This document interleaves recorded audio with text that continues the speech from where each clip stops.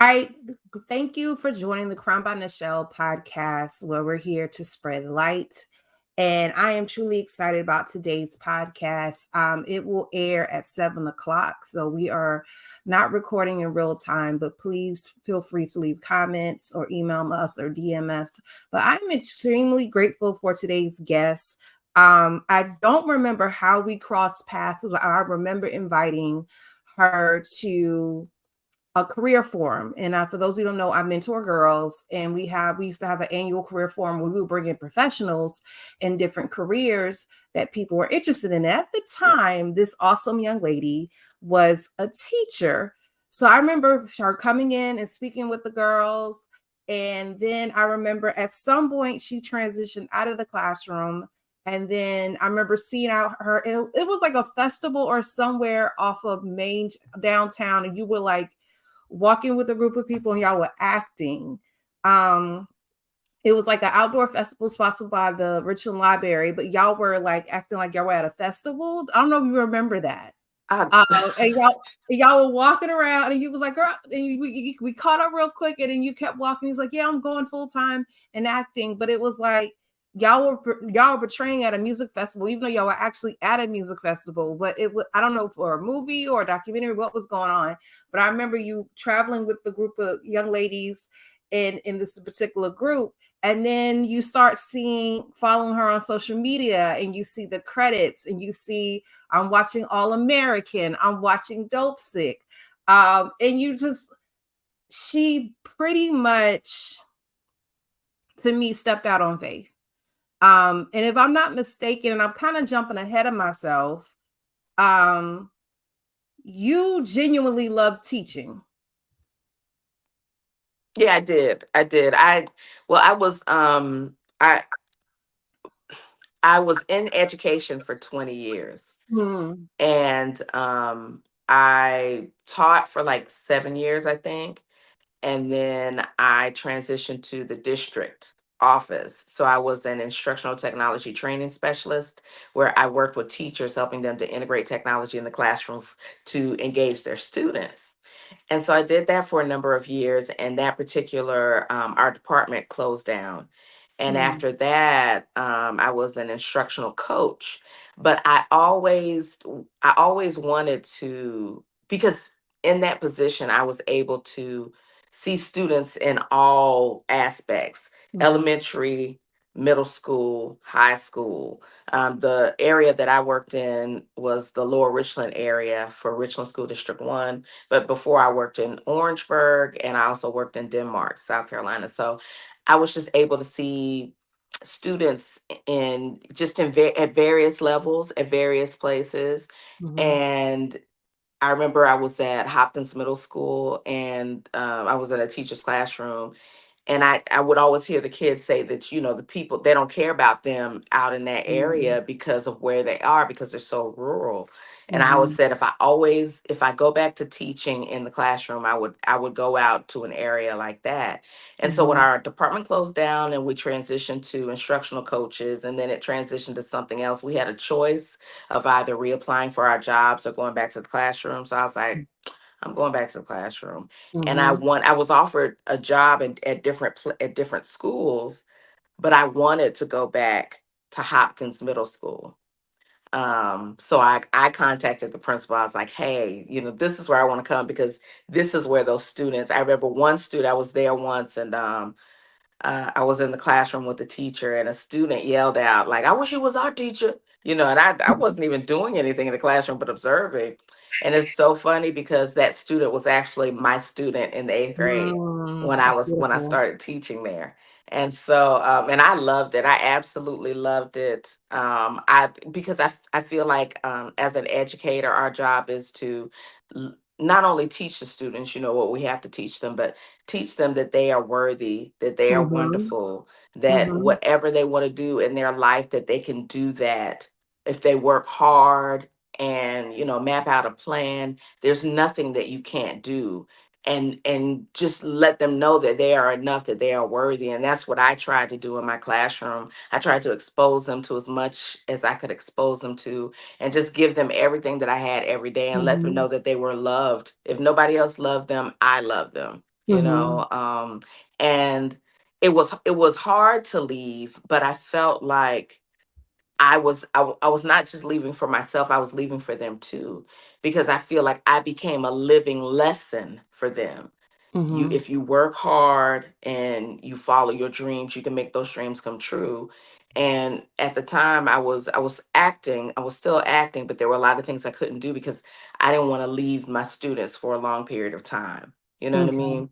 Mm-hmm. And but they would be helping me doing my auditions in class and reading for me. And oh my gosh, those weren't the best auditions, but but they did it. And I remember a student was like, "Well, Miss Fry," that's what they used to call me.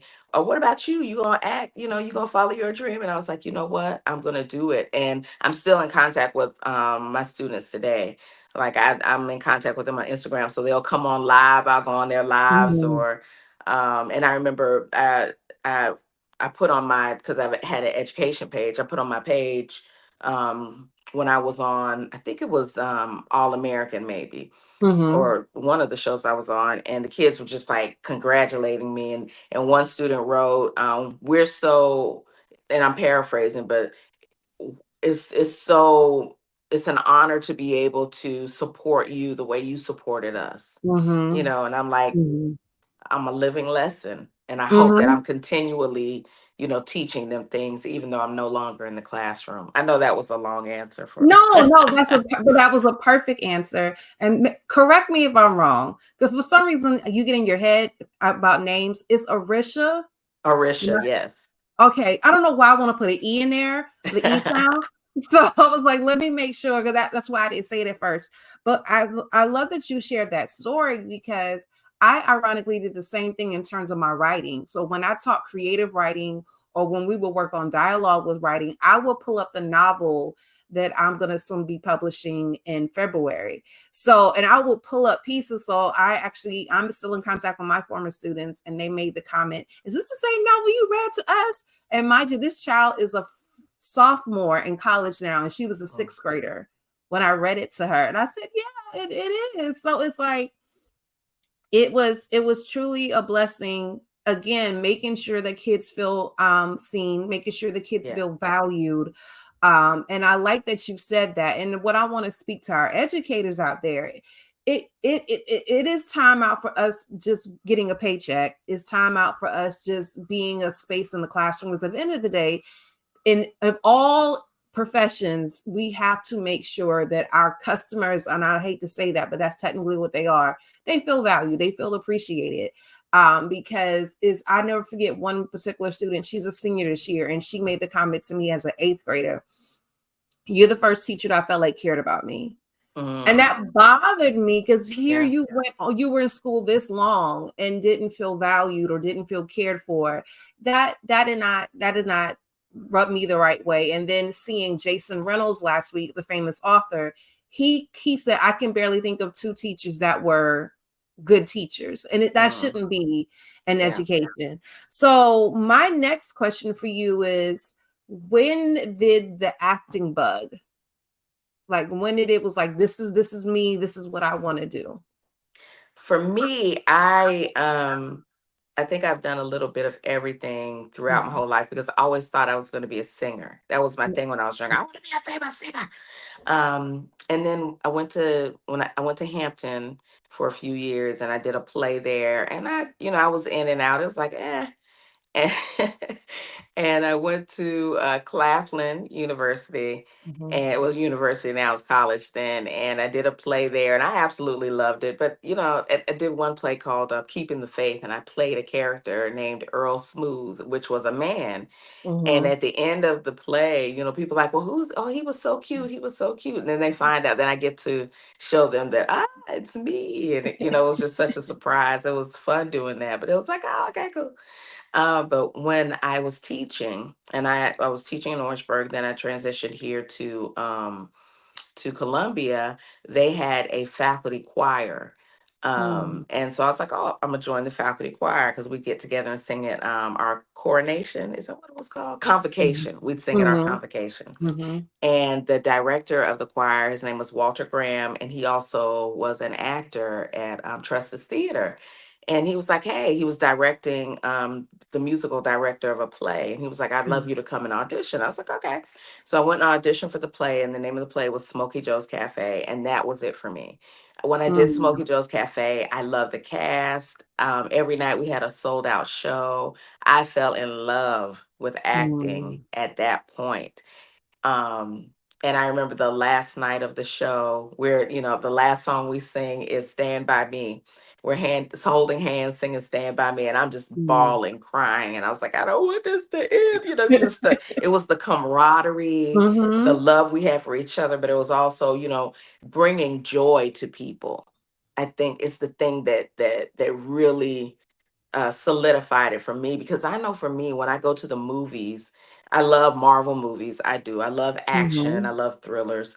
And I love inspirational films, because when you're watching it, you can lose yourself for a minute inside of Mm-hmm. the film. Like if Yeah. you're really into it, you just like completely lose yourself. And then when it's over, it's like you're back into the world. I remember when I saw the Marvel film, and Thanos, you know, clicked snapped his finger and everybody was gone. Listen, I was sick. Like I was sick when I walked out of the theater. But it can affect you like Yeah. that. And Yeah. I wanna affect people like that. So Mm-hmm. it was then though that Smokey Joe's Cafe was when it really hit me, and I was like, I really want to do this. So I joined another production company. I was in a lot of different theater Mm-hmm. um, productions here in Columbia, with On-Stage Productions, Wow Mm-hmm. Productions, GMG, and that was my training ground. Okay. That was really the training ground for me, because I was like, I have got to figure this out and see how I can make this something that I just do. This will Mm-hmm. be my, not, I don't even know if it's a job, because you just enjoy it Wow. so much. Yeah. Yeah. So, but that's when the bug really bit me. So when you transitioned, when did you feel comfortable, or when did you feel like, okay, this is the time for me to move? Because you mentioned you were acting in the midst of teaching, but you couldn't Yeah. stay away from so long from your students. So what made you decide, okay, I need to leave this to pursue this? And was it um a freedom behind it, or like what was your push to go ahead and say, let me step out here and pursue this full time? Well, I'll tell you, before I went back into the classroom, Mm-hmm. I had a pull. It was like a pull Mm. telling me, go ahead and take a year off and pursue acting full time. But I was afraid to do that. You getting a consistent paycheck, because acting is not consistent at all. Mm-hmm. It is not for the faint, or at all, because it's not consistent. Um and I was like, I can't leave the job, and I'll say that it was God talking to me. I'm like, I'm not Mm-hmm. God, I can't leave this. Come on now. And so when our department closed, that was like another sign for me. It's time for you Wow. to move Okay. on. And I was like, uh-uh, I'm going back in the classroom. And so I went back into the classroom, and like I said, I would pour into my students so much. And when a student was like, what about you and your dream? I was like, Mm-hmm. and then let me double back. I was in a play called Misery is Optional, and it was a Mm-hmm. play about, it was a documentary theater piece. So we were saying the real words of 40 people who were in active recovery from drugs and alcohol. Wow. We were telling their stories, and one of the stories I told, the woman said, "Leap, God's the net." And out of everything Mm-hmm. else, I mean, the stories are wonderful. It's a gripping piece created by Dewey Scott Wiley and Christine Hellman. Beautiful piece. But those words just stuck with me. It was just like, Mm-hmm. leap, God's the net. Leap, God's the net. It would just come back to me all the time. Leap, God's the net. So after my first year of teaching, going back in the classroom, I was like, Mm-hmm. I'm gonna take a year off. And then I was like, let me give them one more year. And the kids will make you want to stay now. Because kids used to come, oh, sixth grade, I can't wait till I'm in your class. Oh, I Mm-hmm. will be in your class. I hope I be, so I said, let me stay one more year. So I stayed the next year, but it was just leap, God's the net. Leap, Mm-hmm. it stayed with me.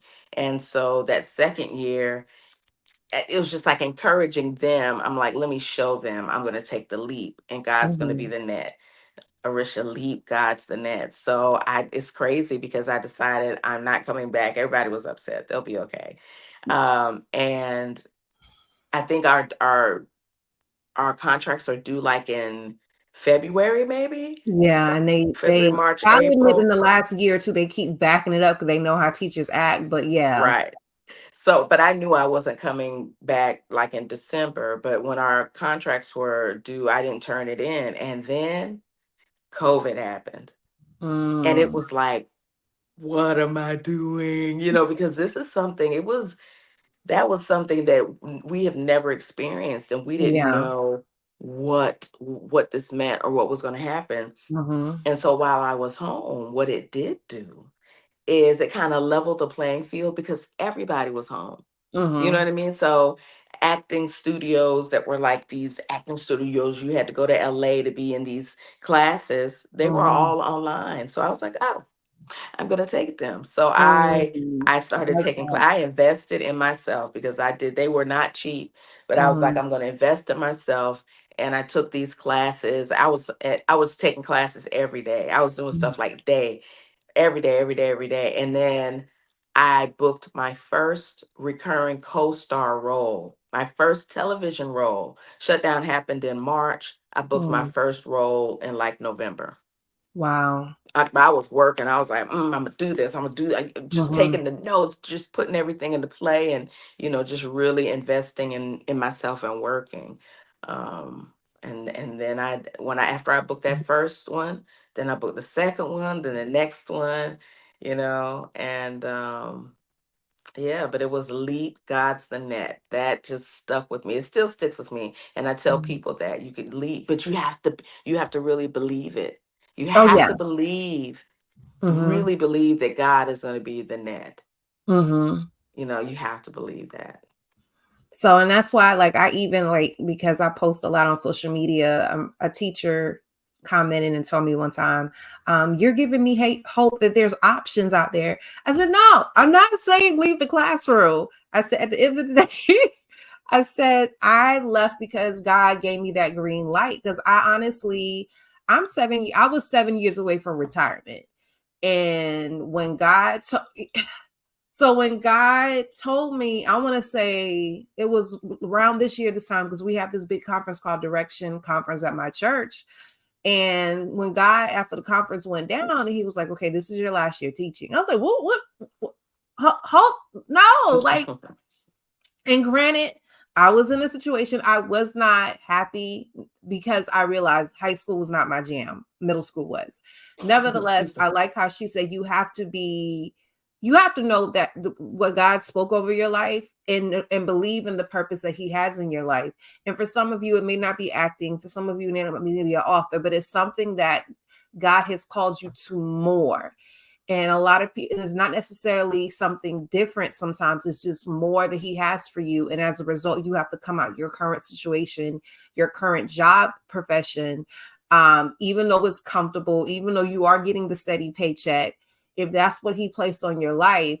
And I think sometimes as people of faith, we forget if God is our provider, and God is our source, and He's called us to do something different. Won't He protect me? Won't He make sure I don't have to ask for? I don't have to. Not saying it won't be a struggle. Not saying it won't be. You may have to go without for a little bit to make it work. But at the end of the day, the glory will come. The rainbows will come to reveal that He's got you. That the blessings are covering you. So my next question is: so you admitted you did acting classes. So when you got that first role, do you remember how you felt? What resonated in that moment? Like, where were you when you got that first call? All right. So, I remember because my agent, I'm with J Purvis Talent. At the time, I was with Pantheon, Nick Roses, and my manager in Atlanta is Natasha Garcia at AGI Entertainment, Anointed Gifts International. Mm, And I was here at my house, and she likes to surprise you. So sometimes she'll she'll play a little game with you, and you mm-hmm, won't even realize what's happening. She might be like, hey, did because that first role was Apocalypse Ann, and she Mm. might say, she might have said something like, "Hey, did you hear from Ann? Did Ann call you?" I'm like, "Ann? I don't know any Ann." She said, "No, no, Ann should have called you. Oh, give me a second, let me check." And then she, call. We use Marco Polo. She'll go on Marco Polo and it'll be live, or she'll call me live. Usually she calls me live and she says, "Hey, Arisha, we just want you to know, your audition for Swagger. It was a really good audition. You did a really good job. We just want you to know we support you, and you're doing really good. And maybe all of the agents will be on the phone." I was like, "Oh, thank you so much." All right, well, that's all. We just want to call you and let you. Oh, one more thing. You booked the role of Apocalypse Ann, and I'm jumping up. I'm crying. I'm running around this house in circles. Like it wasn't unbelievable. I knew something good was coming because God is my net. He told me Exactly. leap and he was gonna be my net. So I knew something was coming. And then it was just like boom, boom, boom, boom, boom. I was just booking, boom, boom, boom. And so I cried, I jumped, I yelled, I ran in circles, and I was just so thankful and grateful. So Give me I one and second.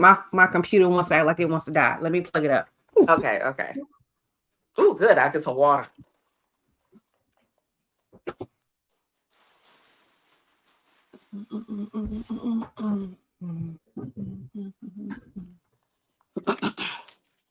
I got some water. You're good. Me too.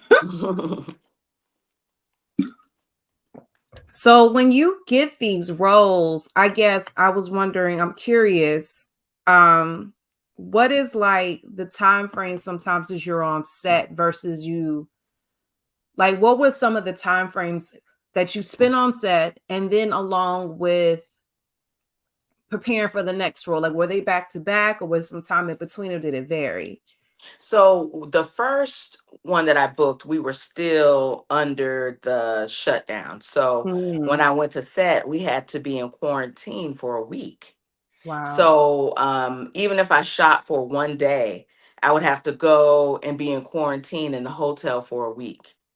Mm, And we'd go downstairs, and every day we would be swabbed. They would test us for COVID every day. mm-hmm, So when I did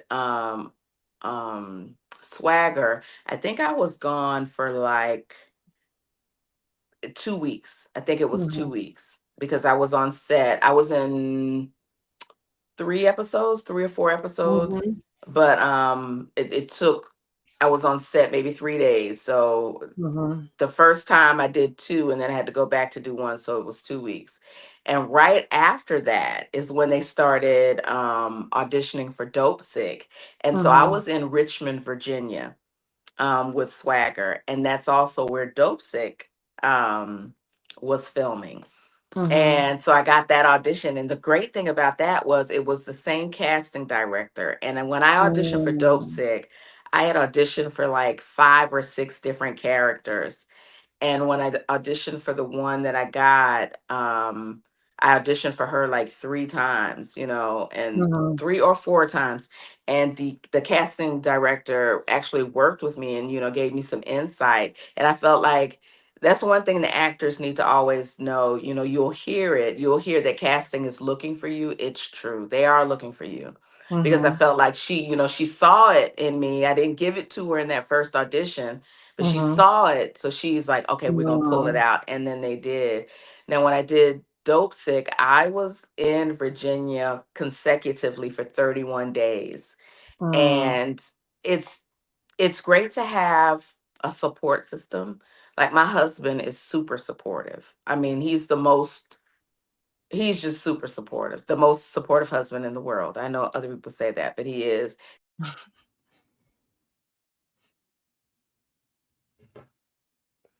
Your sound went out. I don't know what happened. You still hear me? Oh, somebody was Okay, I calling can me. hear I'm you. sorry. Okay, there you go. Okay. But he's really supportive. I was in Virginia for our wedding anniversary. And we got on a Zoom call. He went out and got something to eat, ordered out. I ordered out, and we sat together on a Zoom call, and we had our anniversary dinner. Because I was gone. It felt like a long time. That's the longest I've been away. Was that 31 Mhm. days? Um, and then after that is when I booked the last days of Ptolemy Gray. And I Mhm. was actually in my hotel room for Dope Sick when I auditioned for Ptolemy Gray and had my callback audition. I'm in my hotel for Dope Sick. So after Wow. I finished Dope Sick, then I went to, it was rolling like that, when I Mhm. took that leap. It was amazing the way things were just like boom, boom, boom, boom, boom. Mhm. And when I did Ptolemy Gray, we filmed that in Atlanta, and so I wasn't gone for maybe a couple days. And then Mhm. after that, that was when I went to LA. And that was wonderful because I had auditioned for a show. The name of the show is Players, and it was a mockumentary about the gaming industry. It Yeah. got one season, y'all, but it was such a cute show. It really Mhm. was. And so I had to go to LA, and I was in LA for 2 weeks. And I was there and the great thing about being in LA is I saw all these huge posters about Dope Sick because Dope Sick was Mhm. about to release. And this Yeah. was the first, and I was like, oh my gosh. That was the first time that I had seen huge posters like that. It was everywhere. I'm in the airport. Here's, this thing about Dope Sick. I'm walking down the streets in LA. There's huge billboards, Dope Sick. And I'm like, oh my gosh. And I'm in it, the bus thing, a thing Mhm. with Dope Sick. I'm taking a picture like, because it was about to come up. But I was on set for my 50th birthday. And we were in the middle of a scene. There's another guy, his name is Eli Henry. He's an actor as well, wonderful actor. And we're birthday twins. And so we're in the middle of filming the scene. We're filming the scene. And then the young man who plays my son, Dejour Jones, walks up and he starts singing happy birthday. And I'm like, oh, is this part of the scene? I start singing happy birthday too. Happy birthday. And he's like, no, no, this is for you. And so the whole cast and crew Wow. on set is singing happy birthday. Talk about a full circle moment. Talk It about is. knowing that you did the right thing. And it Mhm. was like God showing you, yeah, you did the right thing here. You're on set in LA filming a show on your birthday. And the Mhm. cast and crew is singing. It was surreal. And I forget what how long I'd been away. I'm sorry. But the longest time I'd been away from home or whatever was 31 days. But at that time, everything was just happening boom, boom, boom, boom, boom, Mhm. consecutively. It was amazing. It was really the showing me that, you did the right thing. And this is a question I hear from different actors. When you do you pick, choose, and refuse your scripts, or you just try to put yourself out there to see what you can do? I feel like there have been some scripts that I've turned down because there's certain Okay. things that I don't want to do. Like if it says nudity, I automatically turn it down. And that's just me. Okay. I don't knock Mhm. anybody who makes that Mhm. choice. Just for me, Yeah. I'm not comfortable with that. So there have Mhm. been some roles, I've gotten. There was one role, I'm not gonna say what it was, but it's a huge role. It was a game changer for the person who booked it. Mhm. But when I got it, I was like, I just don't feel comfortable with with Gotcha. with nudity. So Mhm. so there have been some roles that I have not done that were Mhm. awesome roles that but I think I've been blessed. I feel like I'm covered. You know what I Mhm. mean? Because the Mhm. roles that I've done, the most uh um I guess the hardest, not the it wasn't a hard role, it was just a Mhm. role that was most out of character for me. I think Mhm. was when I did BMF, but it still wasn't bad Mhm. because it was a mama fighting for her kids, and I know Yeah. that because I would Mhm. fight tooth and nail for my daughter. You know what I'm Yes. saying? So I think I've just been covered with the roles that I've been because they've been so inside of who I am, and it's easy to connect to those, especially Mhm. Dope Sick, because I used to work at my father's a dentist, Charles. Hey, Mhm. daddy. Dr. Charles Conner. And I worked in his office as a receptionist during the Wow. summers. Okay. And so when I stepped on the set of Dope Sick, I was like, oh, wow, this looks like my father's office. It was like I was at Oh my home. gosh. Yeah. And it's so So, ironic you said that because I think it was Jamie Foxx shared with Any Given Sunday. mhm, He was a quarterback in high mm, school and they needed someone to play a quarterback in that role. You keep talking about Dope Sick. Y'all, if y'all have not seen the series Dope Sick yet, I'll admit I'm behind on BMF. I've seen you on Swagger. I've seen you on All American. But Dope Sick took me to a place of anger that I did not know existed. Um, Basically, is this pharmaceutical company who introduces what was the name of the drug? it's Oxycontin. Now it's based on a true story now. So, Yes. yeah. Yes. And I even researched the family afterwards Mm-hmm. and just basically they introduce oxy into people's lives and it just shows how it just tore people up and then the links that people will go to because pretty much they put a false narrative out there that just tore people up and it just I want to say I binged it. I did not stop. I went all the way through, but I was just so angry Mm-hmm.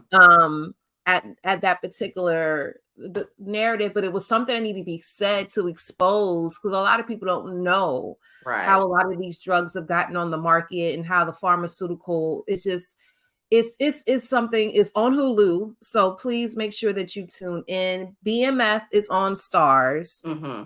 Swagger is on Apple TV. I'm Mm-hmm. mad they didn't get another season. I The know. way it ended, I really felt like they could have followed each person in college, or at least Chase in college.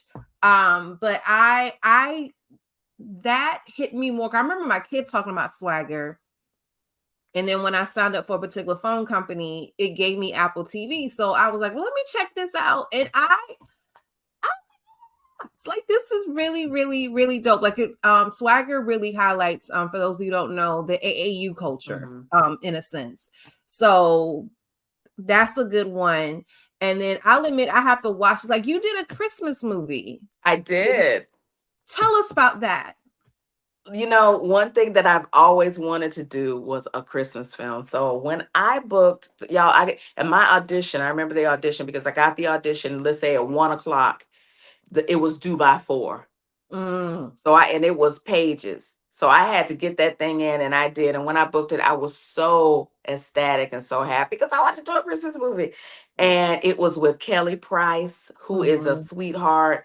Tamika Scott from Escape, who is amazing. Trinice Cobbins, who just goes by Trinice. She was on the second season of American Idol when I was actually watching American Idol. So I knew who she was and she played my daughter. She was amazing. Tyler Lepley, who is people know him from oh gosh, P Valley, because he's mm-hmm, Diamond on P Valley, but just a nice guy.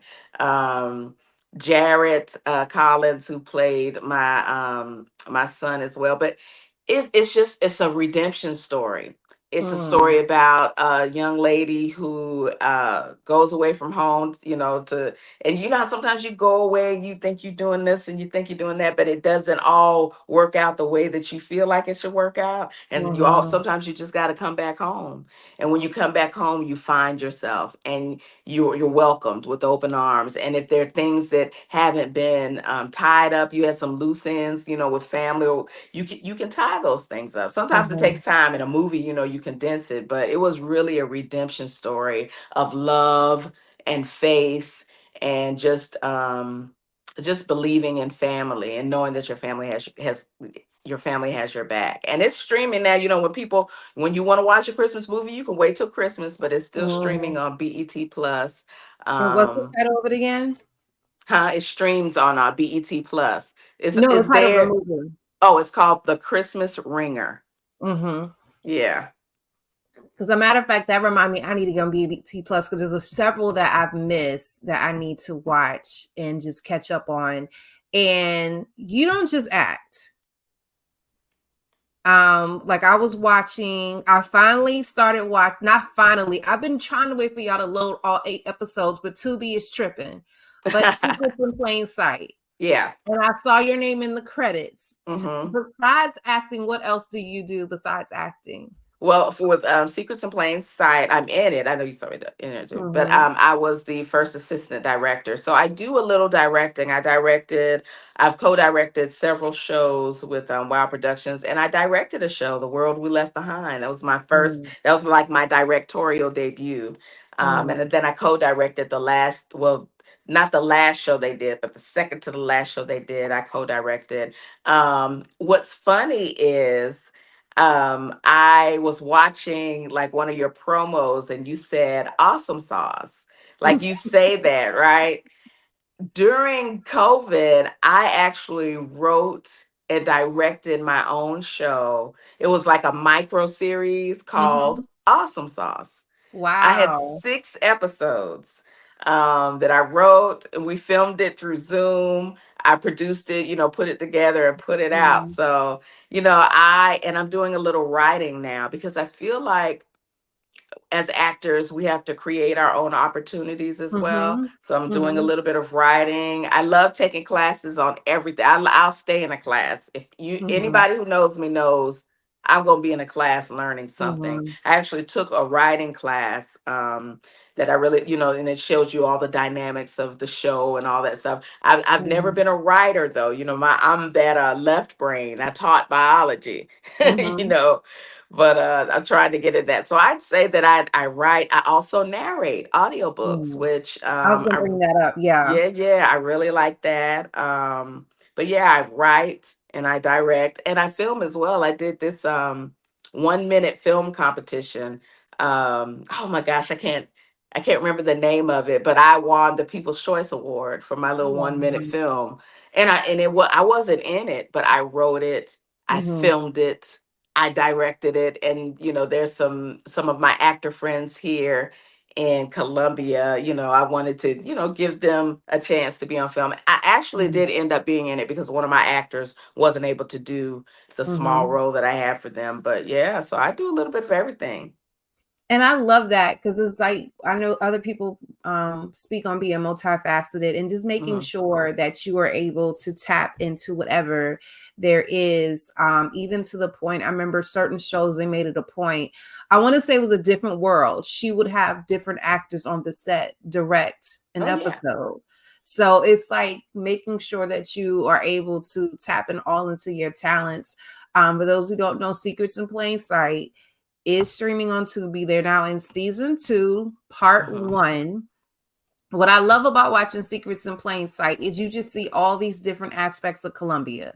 So yeah, like to the blush salon that is on Two Notch Road, to seeing them downtown and just the different, even this is one particular shot where you're coming down, but you can see downtown Columbia. And it's just seeing our hometown and just seeing it in different ways. And when I say it's 50 million secrets, like I DM'd Sierra and was like, girl, I'm still trying to figure out what are you doing? Like, what are you up to? And then I go to church with Lenny Harrison, who's the governor on the show. So hmm I'm like, dude, I was not ready for you to be the bad guy. He's like, well, not really, but you need to keep watching. And I was just like, okay, all right, we'll see. We'll see. Like it's turn after turn after turn. it is. And I And I remember like seeing it too, just to piggyback on what you're saying, mhm, like showing businesses here. Like there's a mhm, scene where they're in like a place and Michelle is meeting oh my gosh, I forget the character's name. But they're in this store, but that is a shoe shop that is downtown on Main Street that I didn't mhm, even know existed.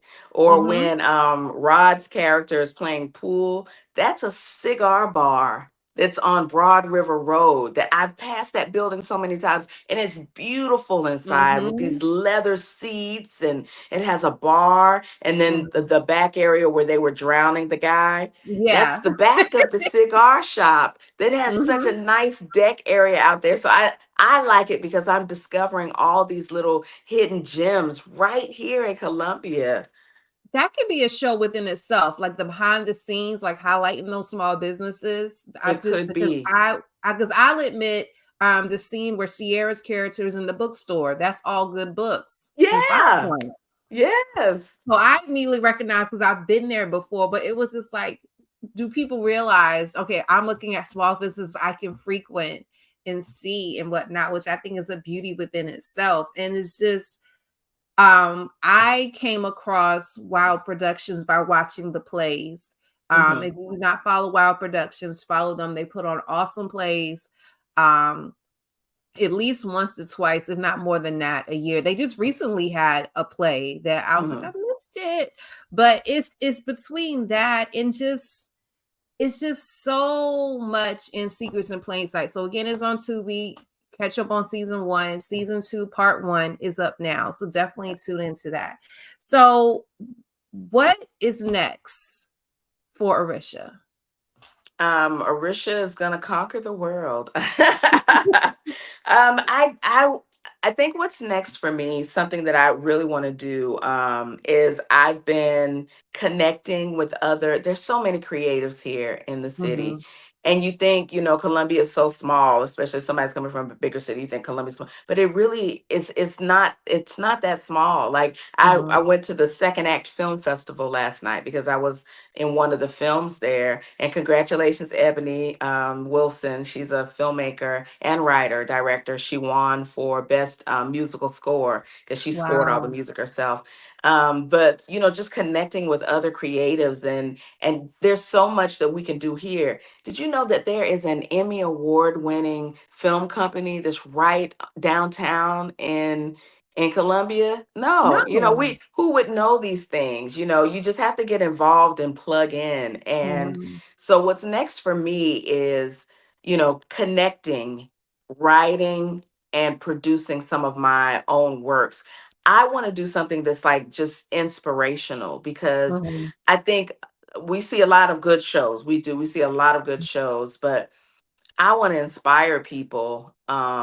And so I feel like I'm going to have to write some things myself to Mm-hmm. continue that journey to inspire and let people know, especially older people. I think sometimes we don't see a whole lot of shows that focus on older people, and when you do, you don't think about this. You don't see a whole lot of people with gray hair when you watch, even if they're older. They might be 50, 60 years old. They don't have gray hair. I'm like, what's up with that? It's Mm-hmm. okay. Every now and then you might see one, but it's okay. We gray. But, just Exactly. focusing on us, my age group and younger, Mm-hmm. focusing on everybody, but just letting people know that I want to show in films and inspire in films, letting you know that you can do anything you put your mind to, letting Yeah. you know that love is still out there for you, letting you Yeah. know that you can still follow your dream. You can do anything you want to do. I want to inspire in that way. So that's what's next for me, to continue to write, plug in, inspire, create. Yeah. And I felt like you've already said this, but I want to reiterate this. If someone feels like acting is their thing, writing or directing is their thing, where do they get started to get that foundation and then get, like you said, you put in the work. You went to I the did. so where would they go? Who would they tune into to get started? I would say this. I think the first, for me, the big switch came with I'd had a mindset coach. She's also an acting coach. Her name is Christine Horn. But I didn't have the right mindset, because you Mhm. can't go into it thinking, oh, Hollywood's not looking for, and that was the mindset I had. Like, I was feeling like I'm not booking any jobs because I'm too old. I don't have those Hollywood looks. This isn't what Mhm. they're looking for. So when I did that mindset training, and through that training, I realized that I am exactly what they're looking for. Mm. Who I am as Arisha, the way my face looks with my moles on my face, somebody's Mhm. looking for this. Mm. Somebody I love it. needs me. And they're looking for, they might not have found me yet, but they're looking, this is who they're looking for. And I'm so confident in myself and who I am. I realize that I am enough. And I think a lot of people when they get in front of the camera, they feel like they have to put on. You don't have to put on anything. All you have to do is Mm-hmm. be comfortable in yourself and know that you are worthy and know that you are enough just where you are. Meet yourself where you are. And if you don't like where where you are right now, then work on that. Work on that. But it's inner work. It's not outer work. It is Wow. inner work. It is inner work. So I say that's the first place you need to start is your mindset, because people might want to start a career in creative writing and think, oh my, I have a friend, as a matter of fact, who is and starting her career, and she'll send me her stuff to read, and sometimes she won't feel good about it. I'm like, listen, these are your words. Yeah. These are your words. Somebody out there wants to read your words, and this world is big. We are in Mm-hmm. Columbia, South Carolina. We are in the United States. Do you know that there are other countries? There are other people all over this world. This world is huge. There's a show, and I know I'm getting off, but it's Searching for That's Sugar fine. Man. I think that's the name of it. And it's about this guy who recorded this album and released it here in the United States. Didn't do anything. So he just changed his career trajectory, not knowing that in Africa, someone heard it. And in Yeah. Africa, they reproduced it. He was a superstar. And Wow. so they started searching for him, and they found him back in America. He went over to Africa and did a Wow. sold That out is. concerts. They love him. This world is big, and we Mm-hmm. have to realize that. Venture. Somebody out there is looking for you, and you are Mm-hmm. enough. Get started and know that you are enough. And if you don't know it, do that inner work Mm-mm. and get I a was class. talking to someone the other day, and she's thinking about, she never thought of herself as a writer, but people keep telling her based on the information she shares, she needs to put in a book. And I said, so what's the problem? And she's like, well, I Mhm. feel like other people have written this. I said, if you go down Killian Road right now, which is in Columbia, South Carolina, for those of you who don't know, there are at least 6 chicken places. You got a Bojangles, a Popeyes, a KFC, a Zaxby's, and Slim Chicken, Just and open. Chick-fil-A. And all of them are open and doing well. And I said, and that's not, I want to say that's not even within a mile, like within half of a mile, all these chicken places are sitting there chilling. Right. So I said, don't ever think, well, someone's doing it. I said, all these people are doing well, have not shut down. It's something about their chicken, something about their flavors that people gravitate towards, and they're able to thrive and still be successful. That's the same thing with your story. That's the same thing with your acting. That's the same thing with your writing.